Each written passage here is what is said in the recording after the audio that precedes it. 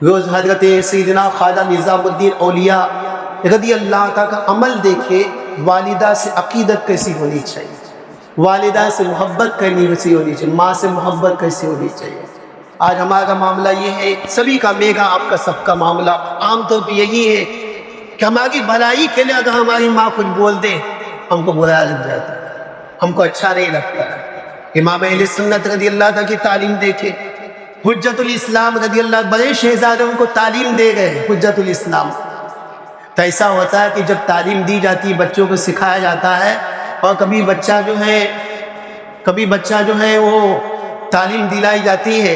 اور بچے کو سکھایا جاتا ہے، تو کبھی ایسا ہوتا ہے کہ بچہ سبق یاد نہیں کرتا تو استاد اس کو کچھ نہ کچھ سزا دے دیتا ہے، کبھی ایک دو ہاتھ لگا دیا، کبھی کچھ بول دیا، کبھی جو کھڑے رکھ دیا، تو کچھ نہ کچھ سزا اس کو مل جاتی ہے۔ ایک دن ایسا ہوا کہ حجت الاسلام رضی اللہ تعالیٰ سبق یاد کر کے نہیں آئے، تو امام اہل سنت رضی اللہ تعالیٰ نے ان کو سزا کے طور پہ کھڑے کر دیا۔ تو حجت الاسلام رضی اللہ تعالیٰ کی دادی یعنی اعلیٰ حضرت کی والد محترمہ کو جب پتہ چلا تو دادی کو اپنے پودوں سے محبت بہت ہوتی ہے، نانا کو اپنے نواسوں کے سے محبت بہت ہوتی ہے۔ تو اعلیٰ حضرت رضی اللہ کی والدہ چھت پہ آ گئی اور امام اہل سنت رضی اللہ عنہ سے کہنے لگی کہ کیسے تم نے میرے پوتے کو سزا دے دی، اور اپنا ہاتھ اٹھایا امام اہل سنت کو مارنے کے لیے۔ امام اہل سنت نے یہ کہا کہ والدہ آپ یہ کیسی بات کہ اس کی بھلائی کے لیے میں کر رہا ہوں، اس لیے میں نے سزا دی ہے، بلکہ روایت میں کہ امام اہل سنت نے اپنے سر کو جھکا لیا۔ والد محترمہ نے پیٹھ پہ ایک ہاتھ لگایا، اس کے بعد کہا کہ امی جان یہ آپ کا بیٹا آپ کی خدمت میں حاضر ہے، آپ اس کو جتنا مارنا چاہیے مار سکتے ہیں۔ والدہ نے جب دیکھا کہ اتنا فرما بردار بیٹا ہے، کہنے لگی کہ تم کو مارنے سے پہلے میرے ہاتھ کیوں نہیں ٹوٹ گئے۔ یہ امام اہل سنت رضی اللہ تعالیٰ کے والد محترم۔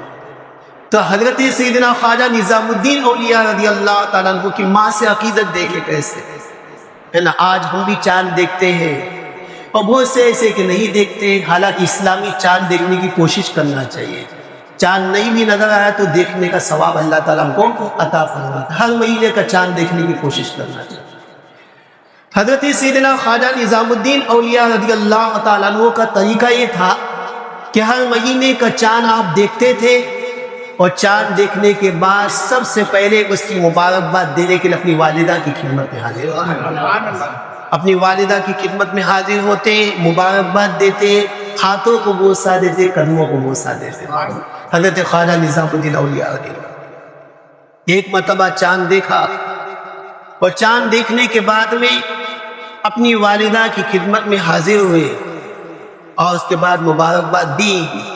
تو والدہ نے کہا کہ بیٹا نظام الدین، اس مہینے تو تم میری خدمت میں آ گیا مبارکباد پیش کرنے کے لیے، میری دعاؤں کو لینے کے لیے، آئندہ مہینے سے کون تمہیں دعائیں دے گا؟ آئندہ مہینے سے کس کو تم مبارکباد پیش کرو گے؟ حضرت خواجہ نظام الدین اولیاء رضی اللہ عنہ سمجھ گئے کہ میری والدہ کی دنیا سے جانے کا وقت آ چکا ہے، اس لیے کہ حضرت خواجہ نظام الدین اولیاء رضی اللہ تعالیٰ عنہ کی جو والدہ محترمہ تھی وہ بھی اللہ تبارک و تعالیٰ کی نیک بندی تھی، اللہ کی ولیہ تھی۔ حضرت خواجہ نظام الدین اولیاء رضی اللہ سمجھ گئے کہ والدہ محترمہ نے جب یہ کہا ہے تو ان کی دنیا سے جانے کا وقت آ گیا۔ حضرت خواجہ نظام الدین اولیاء رضی اللہ تعالیٰ عنہ اپنی والدہ کے قدموں میں اپنا سر رکھ دیتے ہیں، اور سر رکھ کر کے زار قطار رونے لگتے ہیں، اور کہتے ہیں کہ اے والدہ آپ جب جا رہے تو مجھ کو کس کے سپرد کر کے جا رہے، مجھ کو کس کے سپرد کر کے جا رہی ہو؟ والدہ کی تربیت پہ قربان جائیے۔ والدہ کہتی ہے کہ بیٹا نظام الدین اس کا جواب میں تمہیں جلدی ہی دوں گی، تم ایسا کرو کہ آج کی شب تم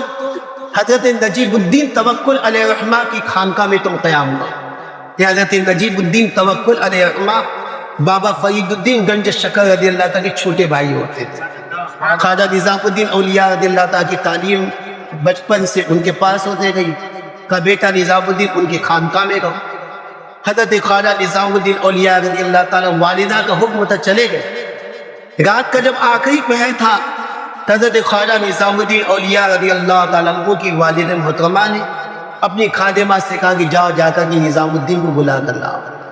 بلا کر کے جیسے ہی گئے فوراً حاضر ہوئے۔ اس کے بعد کہا کہ بیٹا نظام الدین تم نے مجھ سے سوال کیا تھا تم نے مجھ سے سوال کیا تھا کہ تم مجھے کس کے سپرد کر کے جا رہی ہو، اس کا جواب دینے کے لیے بلائی۔ میرے عزیز دیکھے آج کا ماحول ایسا ہے کہ باپ دنیا سے جاتا ہے، ماں دنیا سے جاتی ہے، تو انسان یہ سوچتا ہے کہ جا رہے تو میرے نام پہ کتنی پراپرٹی کر دی، مجھے کتنا حصہ ملے گا۔ عام طور پہ ذہن میں یہ چیزیں ہوتی ہیں۔ اللہ تعالیٰ سب کو محفوظ رکھے ان باتوں سے۔ والدہ اور والدین یہ بہت بڑی نعمت ہے۔ کبھی ایسا ہوتا ہے کہ والد اور والدہ اپنے اولاد میں سے کسی کو زیادہ چاہتے ہیں تو کچھ زیادہ دے دیتے ہیں، تو بعد میں ان کے وصال کے بعد بہت سے لوگ شکوہ شکایتیں کرتے ہیں۔ مجھے یاد ہے کہ ایک استفتاء آیا تھا، سوال آیا تھا،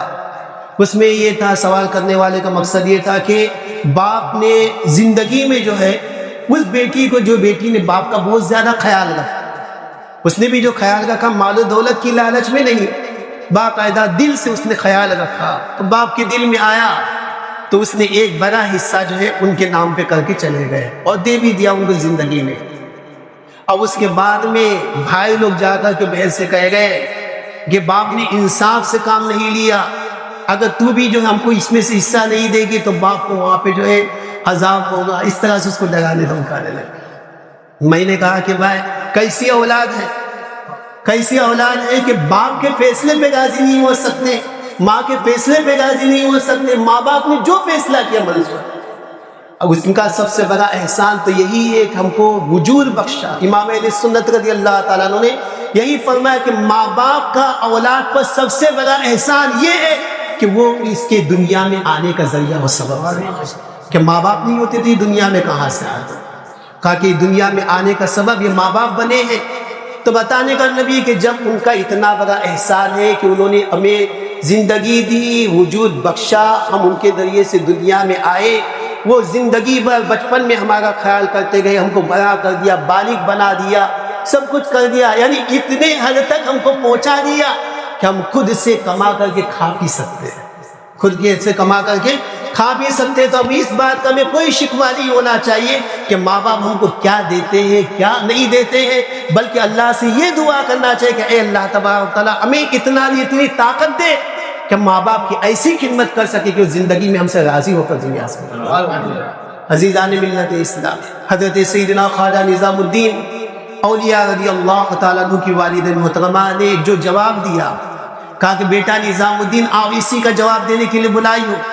ہاتھ پکڑا، آسمان کی طرف بلند کیا، کہا اے اللہ میں نظام الدین کو تیرے سپرد کر کے جاتا ہوں، اے اللہ میں نظام الدین کو تیرے سپرد کر کے جاتی ہوں۔ خواجہ نظام الدین اولیاء رضی اللہ تعالیٰ عنہ کا اس پر تبصرہ ملاحظہ فرمائے۔ آپ فرماتے ہیں کہ اگر میری والد محترمہ سونا اور جواہرات گھر بھر کر کے چھوڑ کر کے جاتی تو مجھے اتنی خوشی نہ ہوتی جو اس ایک جملے سے آج مجھے خوشی محسوس ہو رہی ہے کہ بیٹا نظام الدین میں تجھے اللہ کے سپرد کر دیا۔ یہ حضرت سیدنا خواجہ نظام الدین اولیاء رضی اللہ تعالیٰ عنہ کی ذات کریمہ۔ پھر دنیا نے دیکھا کہ اللہ تعالیٰ نے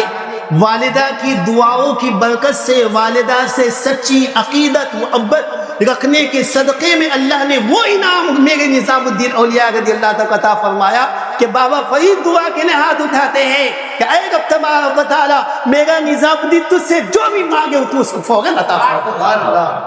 فرماتی اسی لیے آپ کو محبوب الہی کہا ہے۔ حضرت خواجہ نظام الدین اولیاء رضی اللہ تعالیٰ،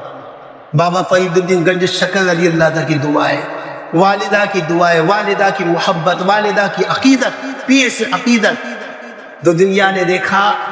کہ وہ خواجہ نظام الدین اولیاء رضی اللہ تعالیٰ عنہ جس گھروں میں فاقے ہوا کرتے تھے، والدہ کبھی کہا کرتی تھی کہ آج ہم اللہ کے مہمان ہیں، لیکن جب اللہ نے نوازا تو شان یہ ہوئی کہ خود تو روکھا سوکھا کھا رہے ہیں، لیکن کھلانے کا عالم یہ ہے کہ دونوں وقت کا لنگر ایسا بن رہا ہے، اس پر ایسی ایسی نعمتیں پک رہی ہے کہ جس کا لوگ کانوں سے نام سنتے تھے اور سوچتے تھے کہ ہم کو اگر یہ کھانا میسر آ سکتا ہے تو خواجہ نظام الدین اولیاء رضی اللہ تعالیٰ کے دسترخوان سب کے لیے لنگر کھانا کھلا، غریب بھی آ کر کے کھا سکتے ہیں، امیر بھی آ کر کے کھا سکتے ہیں۔ اور اس میں یہ کہ کھانے کے لیے لنگر کھانے میں ایسا نہیں کہ کسی طرح کا امتیاز ہو، جس دسترخوان پہ غریب بیٹھے گا اسی دسترخوان پہ امیر بھی بیٹھ کر کے کھانا کھانا۔ یہ خواجہ نظام الدین اولیاء رضی اللہ تعالیٰ کے دسترخوان کی شان۔ جب دونوں وقت کا دسترخوان لنگر کھانا عام ہے، اور صرف اتنا ہی نہیں کہ کھاؤ، بلکہ روایتوں میں یہ ہے کہ اجازت یہ تھی کہ پیٹ بھر کے کھاؤ، اور گھر لے جانا چاہتے تو گھر بھی لے کر ایسا دسترخوان۔ زمانہ تھا بادشاہوں کا زمانہ، تو بادشاہ وقت کو جب خبر ملی تو خبر ملنے کے بعد میں یہ کچھ لوگ لگانے والی بات بھی کرتے ہیں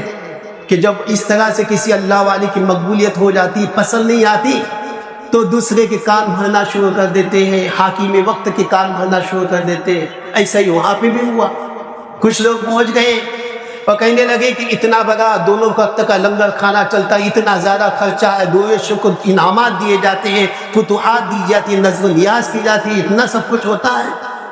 کہا کہ بادشاہ سے کہا کہ آپ کے جو وزراء ہے، آپ کے دربار میں جو لوگ رہتے ہیں، ان کے پاس آنا جانا ہے، یہ لوگ حضرت کو نذرانہ دیتے رہتے، اس لیے وجہ سے لنگر کھانا چل رہا ہے۔ تو بادشاہ نے بھی اپنے وزراء سے سب سے پابندی لگا دی کہ کوئی بھی حضرت سیدنا خواجہ نظام الدین اولیاء رضی اللہ تعالیٰ کی بارگاہ میں نہیں جائے۔ جب حضرت سرکار خواجہ نظام الدین اولیاء رضی اللہ تعالیٰ کو پتہ چلا تو آپ نے ارشاد فرمایا کہ پہلے جتنا لنگر بنتا تھا اس سے دگنا لنگر بنا دیا، اور جب اس سے دگنا لنگر بنا دیا جائے، اب جب لنگر کھانا چل رہا ہے، بادشاہ نے پھر ایک دن معلوم کرنے کے لیے پوچھا کہ کیا حال ہے؟ کہ پہلے جتنا بنتا تھا اس سے زیادہ بنا۔ بادشاہ کو خود اپنے فیصلے پہ شرمندگی محسوس۔ یہ سیدنا خواجہ نظام الدین اولیاء رضی اللہ تعالیٰ عنہ کی شان ہے۔